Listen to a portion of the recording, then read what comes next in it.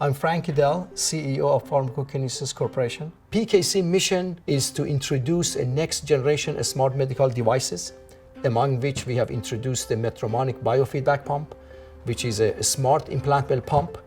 My name is Tom Chen, and I am a professor of neurosurgery at USC, and I am also the director of surgical neuro-oncology at USC.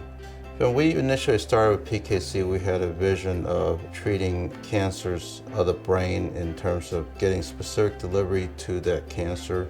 One of the problems with brain delivery in general is that when we take a drug down, like orally or intravenously, there's a barrier called the blood-brain barrier that prevents the drugs from getting to the brain very effectively. And so one of the things that we're trying to do at PKC is to develop new methods by which we can deliver drugs very effectively to the brain.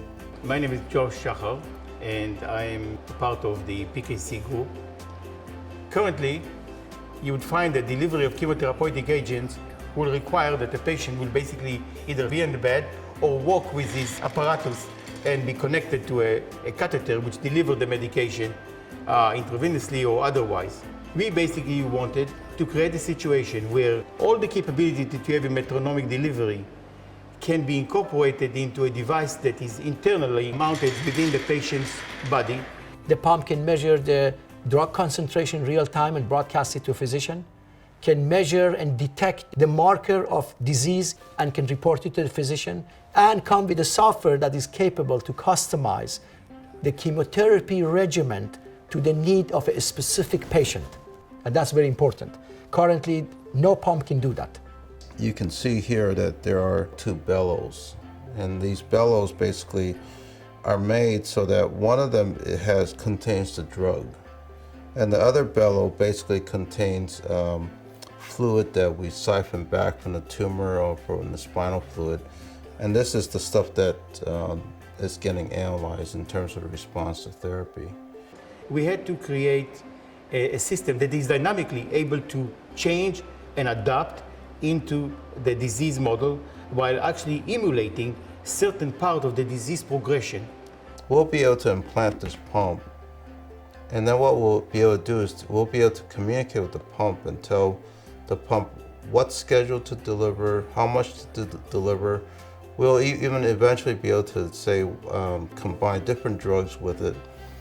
We then decided to identify that new process as the fourth modality, where medicating agents are delivered in a substantially smaller rate on an optimal dose as opposed to maximum dose, that there are combination medication, that we can do multiple medicating agents at the same time, that we can actually identify what's really happening with the disease, whether there is a progression or regression. But the bottom line is that everything is all done from the outside. So you don't have to come to the hospital, get your reservoir poked in order to get your chemotherapy delivered.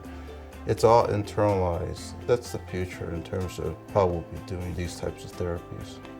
Recently, we received a prestigious award from Frost & Sullivan for 2013 Global Biosensor Innovation. It is important because we have an independent source that has recognized the quality of our work and has indexed us on a global scale.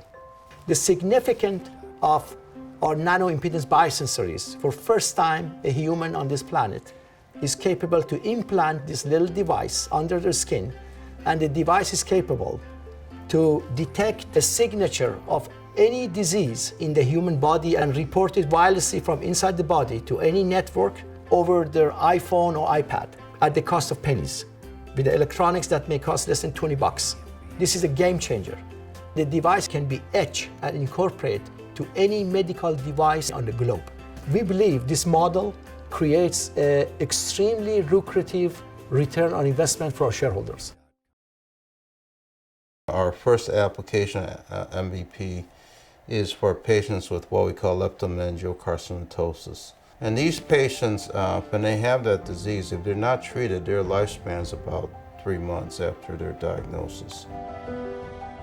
For ourselves, we have a timeline basically of trying to get this thing approved and implanted in the patients by 2014. You know, if you can help a human life live longer, what's money?